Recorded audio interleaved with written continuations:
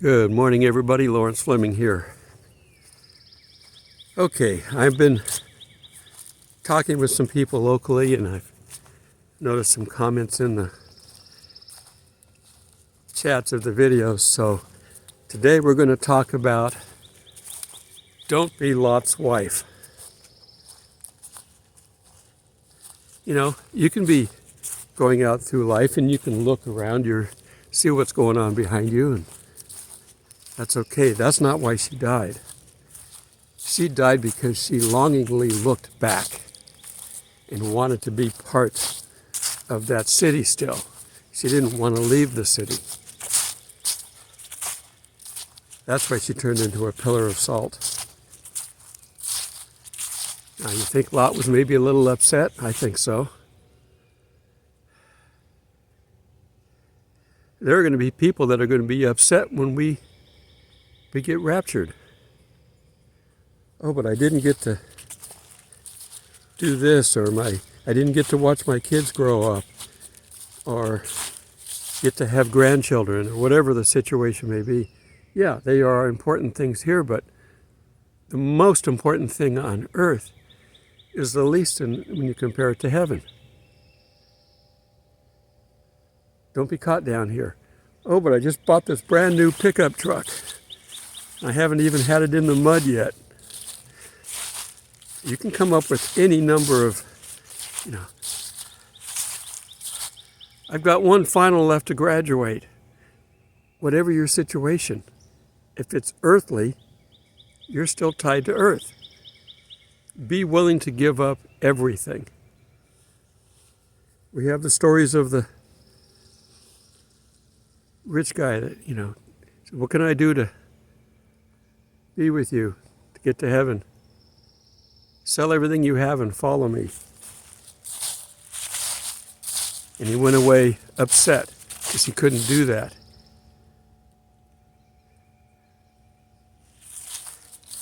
Everything here on earth is going to go away. What I'm going to do in a bit here is we're going to do our Bible study, and I'm going to look at who was potentially the richest man in the world. He had everything. He was a king. He had the largest harem in the world, if you're into that. There was nothing he didn't have. He asked for wisdom from God and was given it abundantly. We all know the story of the two women, one saying, they were both saying, this is my child. And one was the real mother, and one was one who just wanted to steal it. Solomon says, well, okay, fine. I don't know which one of you is right, so we're just going to cut the baby in half. Which half would you like? Well, of course, the fake mother was not upset about that, but the real mother says, no, she can have the baby. I don't want the baby that bad to kill it. And at that point, he knew who the real mother was. That's wisdom. But it wasn't enough.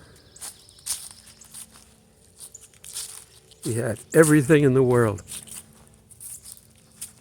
Satan could have come up to him and I'll give you this. Well, I've already got it. Well, I'll give you this if you follow me. I've already got it. That's not how Jesus answered. His was more scriptural, but the point of the matter is he couldn't be tempted by anything because he had everything. Yeah, but he loved God, and that was the key. That's why he got all that.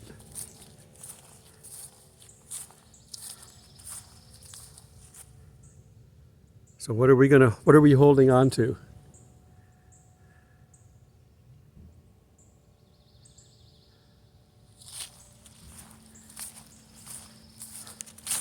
I'm past pretty much everything that I've wanted.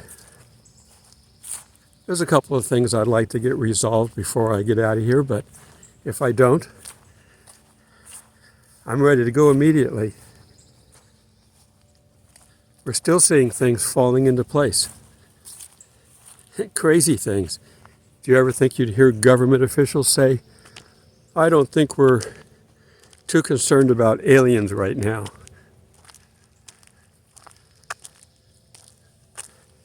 Well, we know there aren't any. There'd be demons that could act like extraterrestrials, but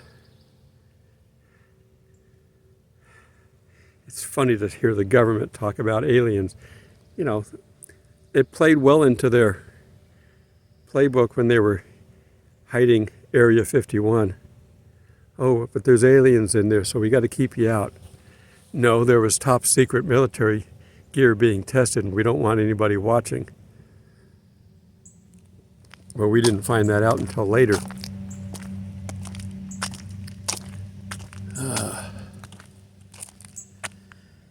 I think there's 2 of us left in camp.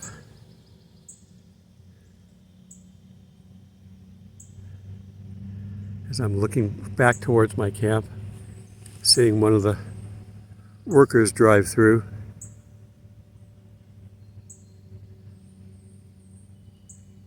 I love doing this, and I love being able to get out and see the planet. But frankly, I'm anxious to explore even more. I'm looking forward to the new heaven and earth. And I'm actually looking forward to seeing the new Jerusalem, because I don't like the current one. It's been turned into too many idols. There's idolatry everywhere there. Graven images everywhere there. They don't get it. And it's their part of the Bible that they still claim it's Old Testament. It tells them not to do this, and they're doing it all over the place.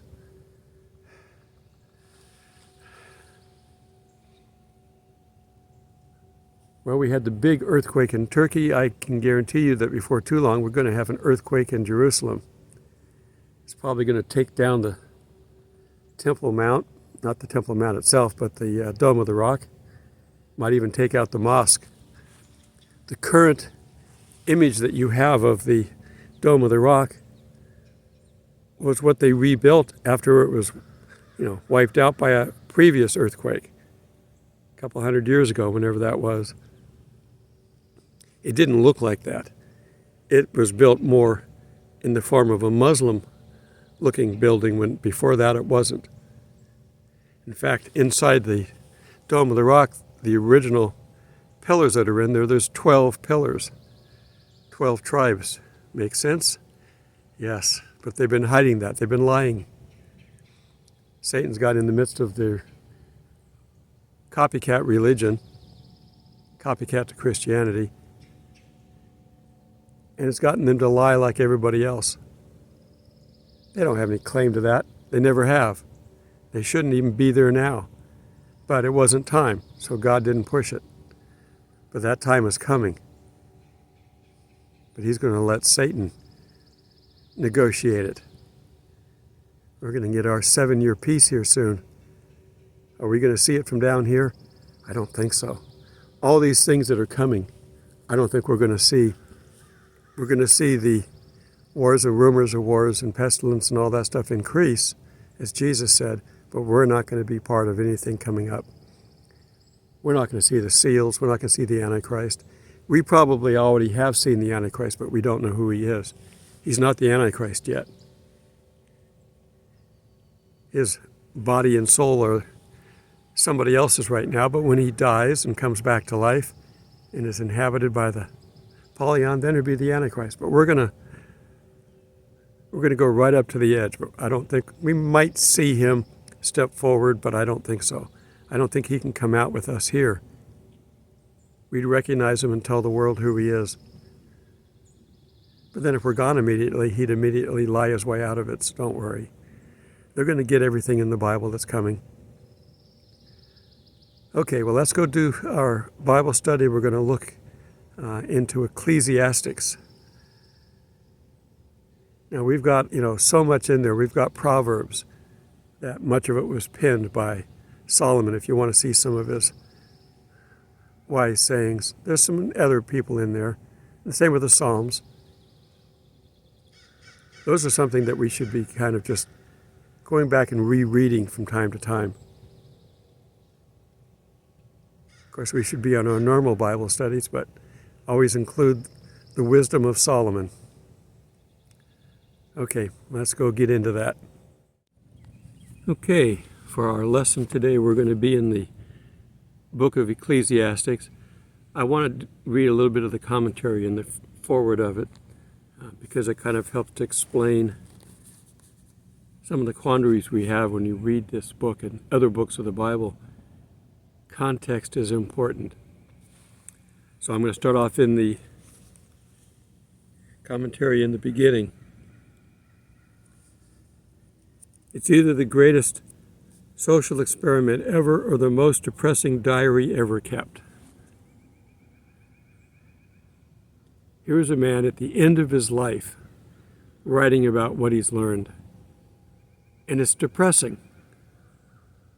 This man who had everything.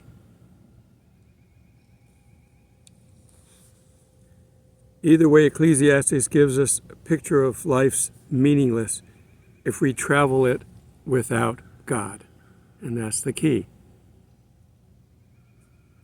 And it also reveals how meaningful all pursuits become when we put God in the driver's seat rather than go it alone. So that right there sums up why you would want to read this book, to learn from example. Ecclesiastes is so mysterious and misunderstood, it's difficult even to classify it. Including it in the category of the Bible labeled as wisdom seems like a cruel joke. But Ecclesiastes simply gives truth from the sad side. Tradition tells us that Solomon wrote Ecclesiastes. Evidence includes the author's identifying himself as the son of David and referencing more wisdom than all who were before. And descriptions of pursuits that match Solomon's life seem to make that a perfect match. But certain phrases such as applying to the kings before when only David and Saul preceded Solomon make some logistic scholars debate whether Solomon could be the author. Ecclesiastes isn't a book that can be taken at face value. It must be read in context. I tell you that all the time. Without context, certain statements are true, some half true, and some are downright false when taken out of context. Of course, the book is true, but God's truth comes through most clearly when you understand the nature of the book. The main message in this book is at the end. And no, you can't skip to the end to read it. I'll do some of that for you, but you got to really read the whole book. It's not that long, 12 chapters. It's fairly short. If you look at it after Proverbs, you've got Ecclesiastes, the Song of Solomon. It goes right into Isaiah, so they're very short books. Just know that the majority of the book, particularly the first half, is often dreary and depressing. However, this ultimately brings you more richness to the book's concluding message. Considering an old man looking back at his life, you know, sometimes things seemed fun at the time. We've all been there. And turned out to be a huge mistake and a total collapse of judgment. Assuming the author is Solomon, it makes sense to picture old Solomon ready to record his completely honest years after the fact, open book assessment of his flawed past. You'll probably see somebody you know in this book, maybe yourself. The author had it all: money, time, power, prestige, intelligence, unending bravado. Nobody told him what to do or how to do it, that he shouldn't do it or anything like that. But none of that worked out as promised. This isn't Proverbs, take 2. Proverbs is before this. Assuming Solomon wrote both books, we might expect to see similar expressions of wisdom. We don't.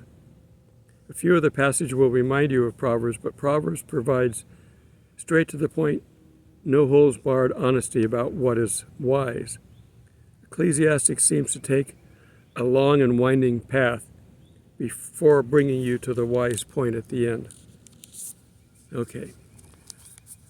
Jump over to Ecclesiastes, chapter 1, verse 1. The words of the preacher, the son of David, king of Jerusalem. Vanity of vanities, says the preacher. Vanity of vanities, all is vanity. Now, there are two definitions to vanity, and one is our personal pride of ourself and how we look, but the other one is complete uselessness, a waste of time, something to not even be bothered with, is the second description, and I think that's the one that they're talking about. Life in itself without God is useless, a waste of time. Why bother? That's the message here. Now, he hasn't gotten to that part yet, but since I know the book, that will be the point. If you're trying to make these grand achievements here on earth, whatever they are, you've got a reasonable amount of time to do these things. You've got the time that it takes to grow up, go to school, get a job, have a family. But the path you take to get there, when you look back at your life, we all have regrets. I should not have done this. God tried to warn me and I didn't listen, and I regret the path I took. Most of the paths that I regret were relational, not the work I tried to do. My work, for the most part, was good. I was able to do pretty much everything I wanted to do. My failure was in relationships, not being able to read people properly. So instead of reading my story, let's go back to reading Solomon's. What profit has a man from all his labor in which he toils under the sun? One generation passes away and another generation comes, but the earth abides forever. The sun also rises and the sun goes down and hastens to the place where it arose. The wind goes towards the south and turns around to the north. The wind whirls about continually and comes again on its circuit. And the rivers run to the sea, and the sea is not full, to the place which the rivers come.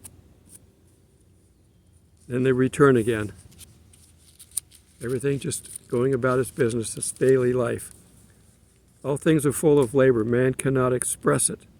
The eye is not satisfied with seeing, nor the ear filled with hearing. We're never satisfied. We've got the history of mankind in here. Moses was constantly going back to God saying, what is it with these people? They're never satisfied. What's wrong with your children?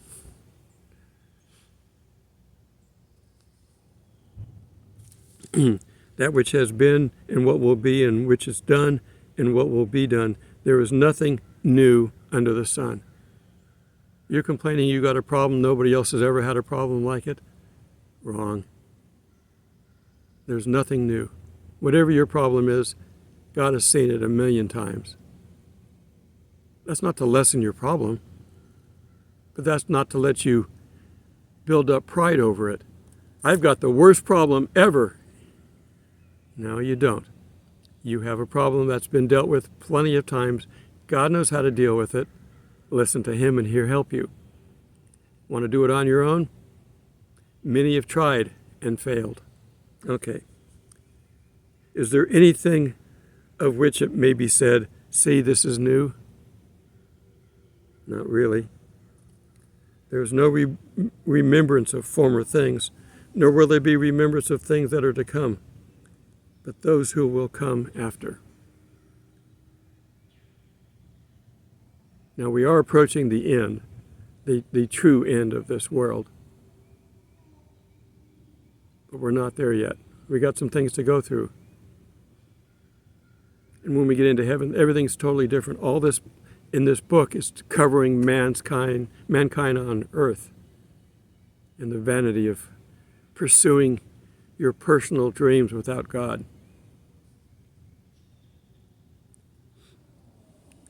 I, the preacher, was king over Israel in Jerusalem. Again, a pointer to David. And I set my heart to seek and search out by wisdom concerning all that is done under heaven. This burdensome task God has given to me the sons of man, by which they may be exercised. I have seen all the works that are done under the sun, and indeed all is vanity and grasping for the wind. What is crooked cannot be made straight, and what is lacking cannot be numbered. I communed with my heart, saying, Look, I have attained greatness. I have gained more wisdom than all who were before me in Jerusalem. My heart has understood great wisdom and knowledge, and I set my heart to know wisdom and to know madness and folly.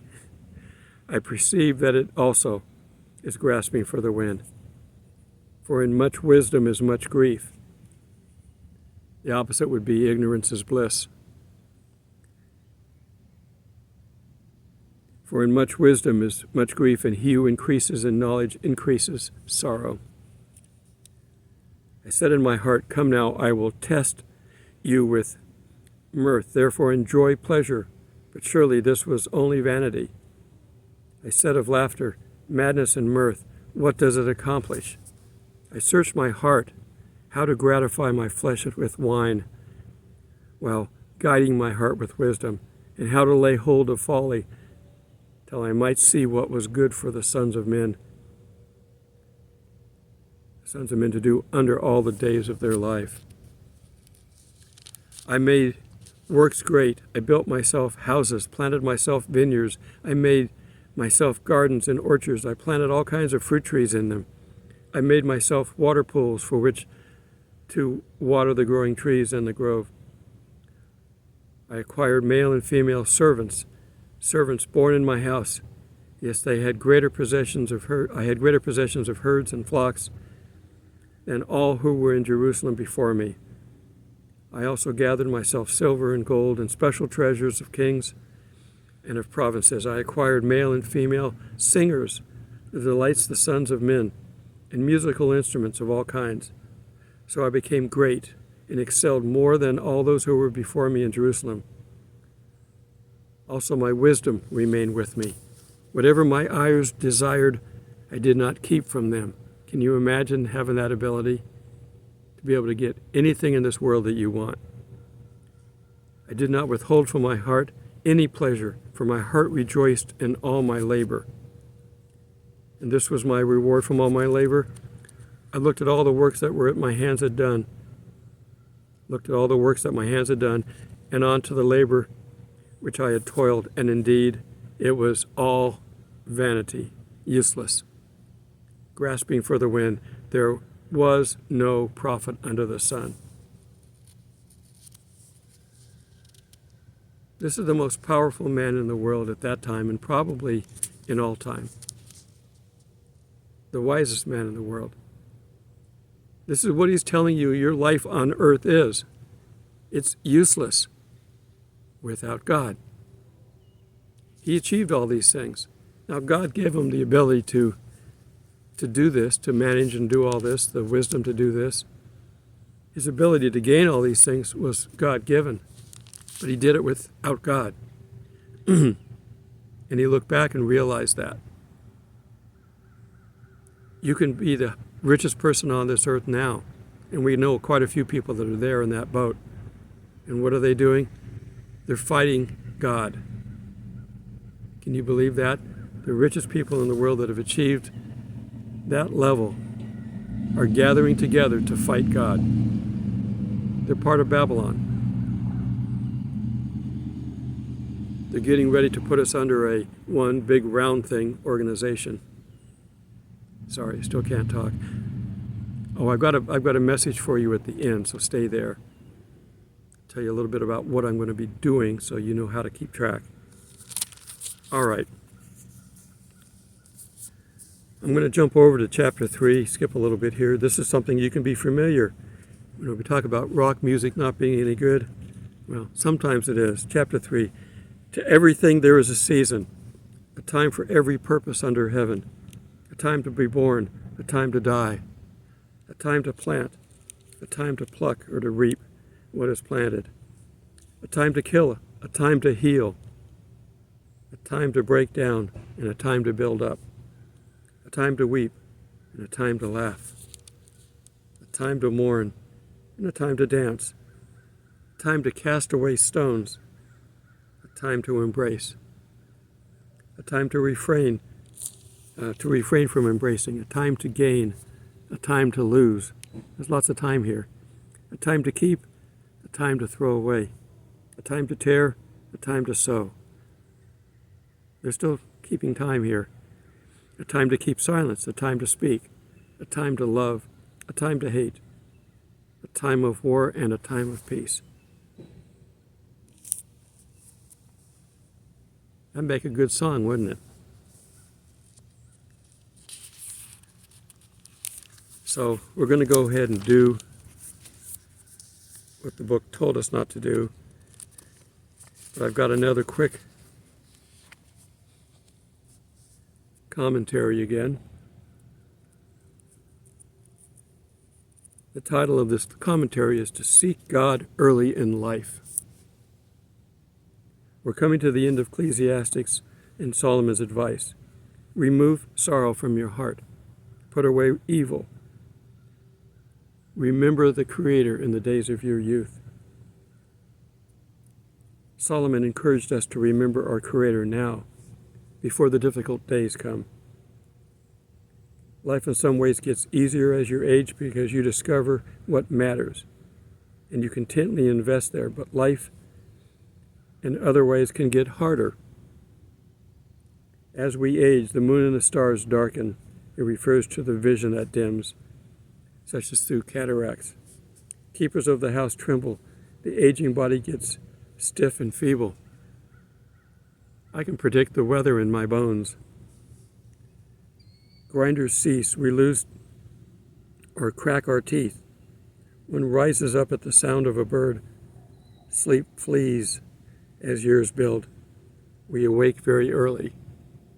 Like 3 a.m. One grows afraid of heights and of terrors in the way. Routine activities can become challenges. The silver cord is loose, the golden bowl is broken, pitchers shatter and the wheel is broken. Our spinal cord, brain, heart, system, and veins and arteries may struggle before death. Dust will return to the earth. We're from the dust, remember. And the spirit will return to God. Eventually we die, and hopefully to live with God. That's kind of a summary of what he was getting at. Well, let's go to 12, verse 1. I'm going to read the last chapter here. Not too long. Remember now your Creator in the days of your youth, before the difficult days come and the years draw near, when you say, I have no pleasure in them. While the sun and the light, the moon and the stars are not darkened and the clouds do not return after rain, in that day when the keepers of the house tremble and the strong men bow down, when the grinders cease, we kind of just covered all that, and those that look through the windows grow dim, when the doors are shut in the streets and the sound of grinding is low, when one rises up at the sound of the bird, all the daughters of the music brought low. Also they are afraid of height and terrors and almond tree blossoms, and the grasshopper is a burden, and desire fails. Man goes to his eternal home, and the mourners go about the streets. Remember your Creator before the silver cord is loosed, or the golden bowl is broken, or the pitcher shattered in the fountain, or the wheel is broken at the well.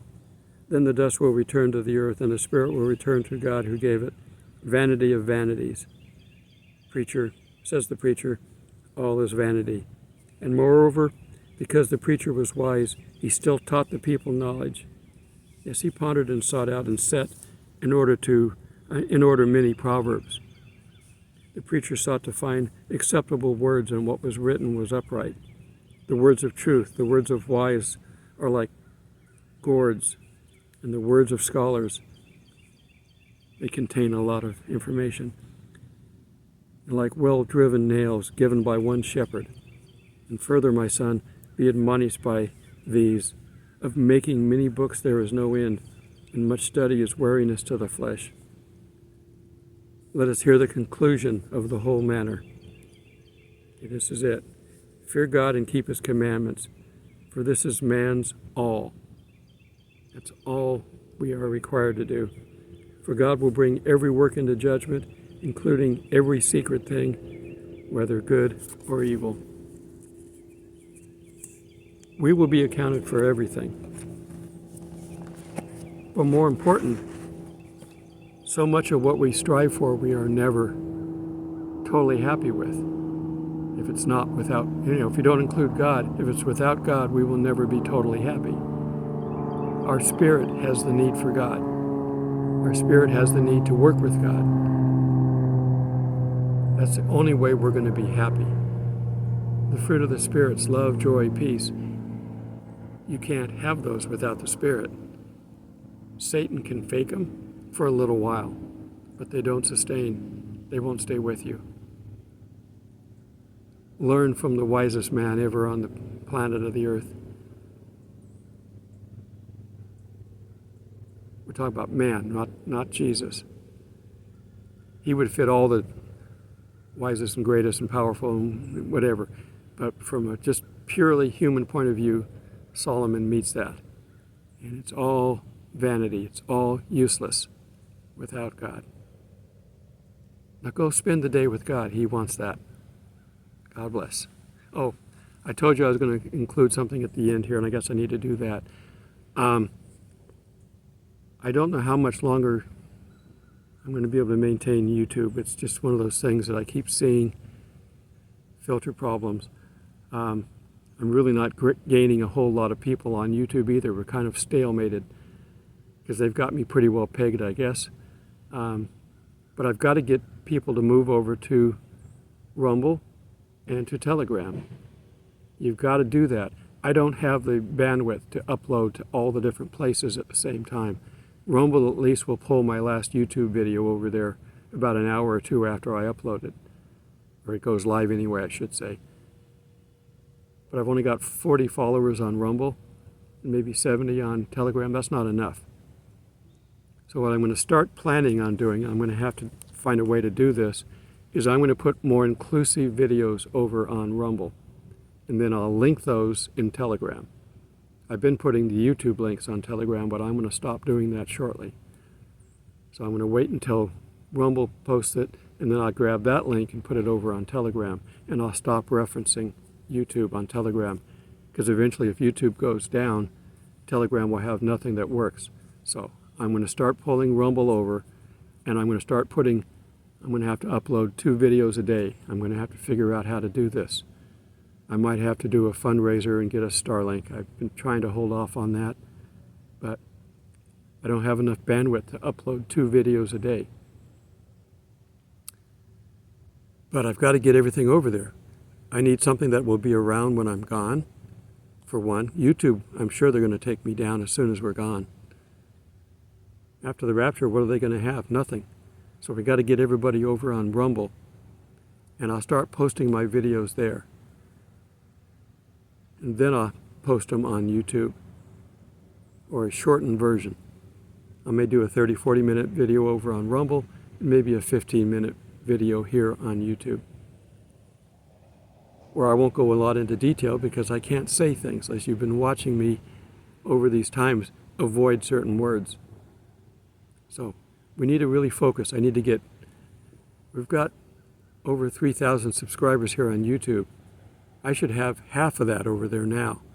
But I've been continuing doing things here, so that's going to change. If you like my messages, please follow over onto Rumble and to Telegram. So some of this is going to start after I'm moving this week to my next site, so some of this may not start until then. And I got to figure out how to do 2 videos. But I'm starting today. I'm going to start linking on Telegram Rumble videos. not YouTube videos. I've done this in the past and it works. I've tested it. So from now on, there will not be any YouTube videos on Telegram. Now, you've already seen them if you watched them here. So they're duplicate, but they're there for people who I got to get the numbers up. And you got to share. Telegram and Rumble, I don't know how all that works exactly, but you can share those. And when people come in and join and see these, I should be able to grow those channels because they're not under the filter that YouTube is. Now, I'm learning how to use those two platforms as well as you would be if you've never used them. My goal, and like I said before, my goal is to get sometime into March where I will say nothing that would be offensive to anybody in this world, no matter what side of the channel on, which means the message may not be very much. If you really want the message, you're going to have to get the Rumble link.